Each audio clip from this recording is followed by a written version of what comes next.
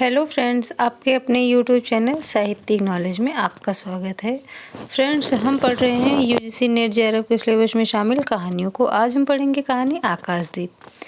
इस कहानी के रचनाकार जयशंकर प्रसाद जी हैं। इस कहानी का रचनाकाल 1928 ईस्वी है। किसी किसी पुस्तक में इस कहानी का रचनाकाल 1929 ईस्वी भी प्राप्त होता है। आकाशदीप कहानी संग्रह में ही संकलित है। आकाशदीप कहानी संग्रह में कुल 19 कहानियाँ संकलित हैं। आकाशदीप कहानी पढ़ने से पहले हम इस कहानी के पात्रों का परिचय देख लेते हैं।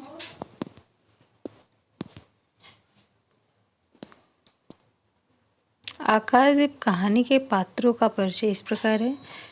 बुद्धगुप्त ये कहानी का नायक और समुद्री डाकू अर्थात चोर या दस्यु है। बुद्धगुप्त बहादुर और वीर पुरुष है जो कि चंपा और खुद को भी मणिभद्र के चंगुल से आज़ाद करवाता है। चंपा जो कि कहानी की नायिका है, यह क्षत्रिय बालिका और केंद्रीय पात्र है। यह जलदस्यु की कैदी और बुद्धगुप्त की प्रेमिका है। मणिभद्र यह समुद्री व्यापारी है जिसने चंपा और बुद्धगुप्त को बंदी रखा है। जया जंगल में निवास करने वाली युवती है जो कि चंपा और बुद्धगुप्त को चंपाद्वीप पर मिलती है।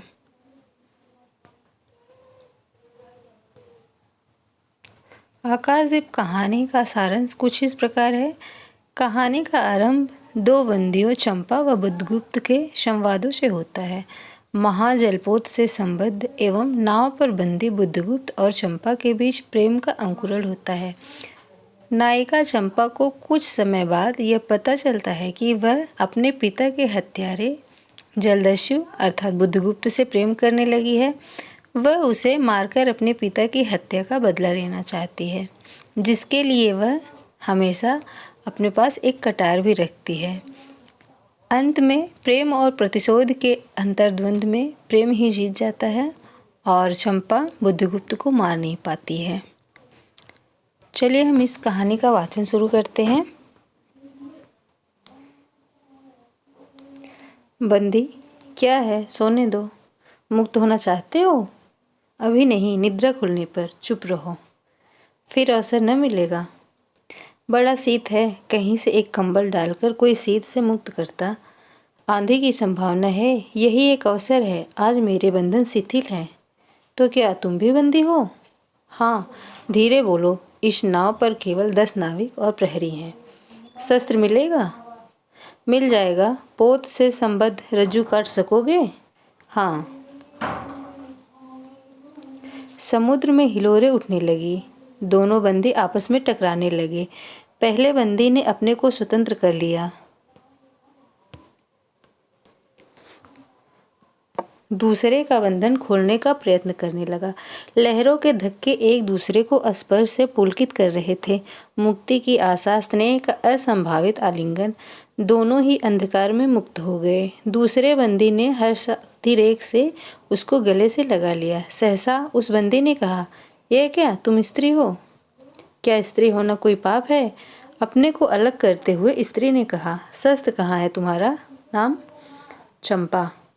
तारक खचित नील अंबर और समुद्र के आकाश में पवन ऊधम मचा रहा था। अंधकार से मिलकर पवन दुष्ट हो रहा था। समुद्र में आंदोलन था, नौका लहरों में विकल थी।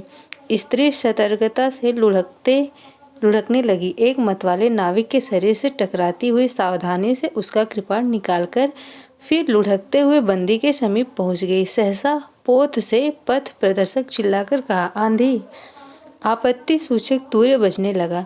सब सावधान होने लगे। बंदी युवक उसी तरह पड़ा रहा।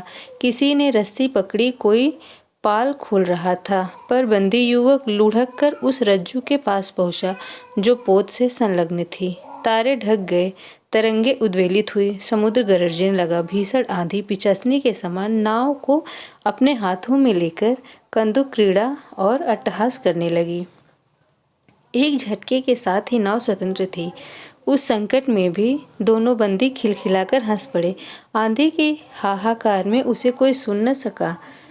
अनंत जलनिधि में उषा का मधुर आलोक फूट पड़ा।